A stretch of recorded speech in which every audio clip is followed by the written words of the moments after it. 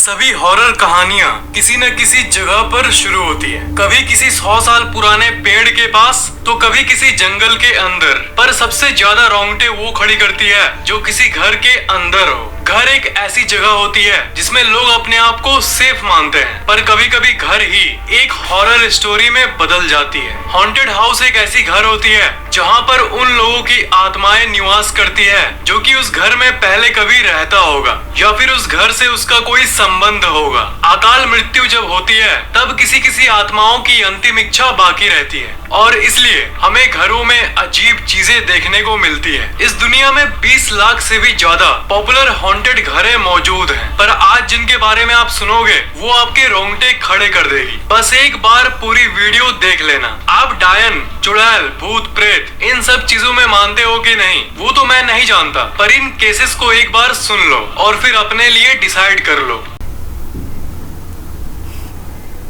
Number 5, रोज hall, Montague बे, Jamaica. ये घर साल 1770 में बना था और इसमें जॉन पाल्मर और उनकी वाइफ एनी पाल्मर रहती थी। पर ये जो एनी पाल्मर थी यही इस कहानी की सबसे खतरनाक लेडी है। जॉन ने एनी से शादी तो किया था, पर एनी का इतिहास जाने बिना। एनी का जन्म हैटी नाम के एक जगह पर हुआ था और जब ये सिर्फ 10 साल की थी तब इनके माता पिता दोनों टाइफॉइड बीमारी के चलते मारे गए थे। फिर उस लड़की को एक नैनी यानी एक दाई ने पाला पोसा और दाई ने उस लड़की को काला जादू और टोटके भी सिखाने लगी। कहानी में वापस आए तो जब एनी की शादी जॉन से हुई तब कुछ ही दिन बाद एनी ने जॉन को मार डाला और वो घर अपने नाम कर ली। उसके बाद वो 3 बार शादी की और तीनों पतियों को उसने मार डाला और पतियों के साथ साथ जितने नौकर उसके घर में काम करते थे सबकी वो बलि चढ़ा देती थी। पर एक बार एक नौकर के बेटे जिसके फादर एनी के घर काम करते थे और जिसे एनी ने मार डाला था, उस नौकर के बेटे ने बदला लेने के लिए एनी को मार डाला। ये माना जाता है कि एनी आज भी उस घर में भटकती है। वो व्हाइट विच यानी डायन के नाम से भी जानी जाती है और ये भी कहा जाता है कि जितने पतियों और नौकरों को बेरहमी से एनी ने काले जादू से मारा था वो सब आज भी इस घर को हॉन्ट करते हैं। 1965 में इस घर को एक म्यूजियम में बदल दिया गया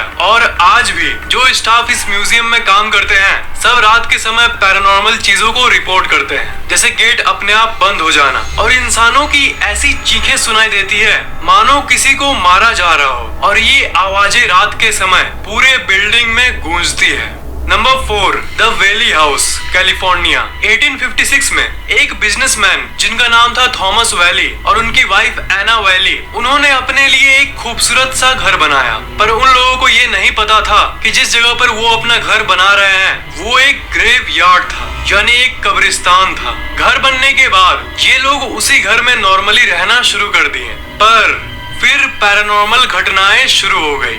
थॉमस की जो सबसे छोटी बेटी थी वो हमेशा ये कहती थी कि उसे किसी की चलने की आवाजें सुनाई देती थी। कुछ दिन बाद थॉमस का एक नया बेटा जन्म लिया, पर वो जब सिर्फ 18 महीने का था तब बदकिस्मती से उसकी मौत हो गई और 1885 में वायोलेट वैली जो उनकी बेटी थी उसने भी अपने आप को गोली मारकर आत्महत्या कर लिया। मतलब इस कब्रिस्तान पर बने इस घर पे इस फैमिली के साथ हमेशा बुरा ही हुआ और धीरे धीरे करके पूरी वैले फैमिली खत्म हो गई। धीरे धीरे सबकी मौत हो गई और आखिर में थॉमस वैले और उनकी वाइफ एना वैले की भी मौत हो गई। और उसके बाद जो फैमिलीज इस घर में आती सबके साथ कुछ न कुछ बुरा हो जाता। अजीब पैरानॉर्मल रिपोर्ट्स के चलते जैसे जैसे समय बीतता गया वो घर एक हॉन्टेड घर के नाम से जाना जाने लगा। उसके बाद कोई उस घर में रहने की हिम्मत नहीं किया और आखिर में उसे एक म्यूजियम में कन्वर्ट कर दिया गया। पर आज के समय में भी कई लोगों का ये कहना है कि उस घर के मालिक थॉमस वैले को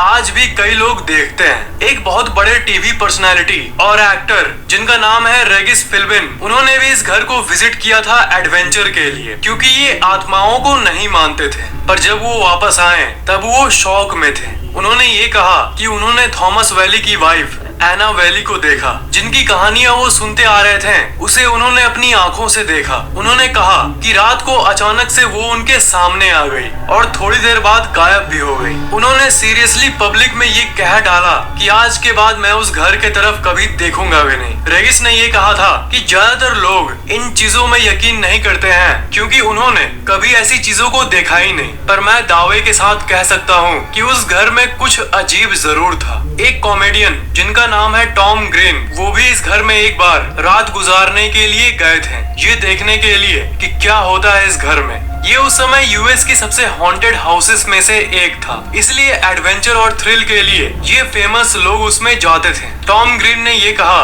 कि किसी बच्चे की चिल्लाने की आवाज उन्हें इस घर में सुनाई दे रही थी और बहुत डरावनी और अजीब आवाजें उस घर में गूंजती थी। उस समय जब वेले फैमिली जिंदा थी तब उनके पास एक डॉग था जिसका नाम था डॉली। तो आज के समय में जितने लोगों ने इस घर में विजिट किया है उनमें से कुछ लोगों ने एक डॉग को भी घूमते हुए देखा है जो रैंडमली अपीयर होता था और गायब भी हो जाता था।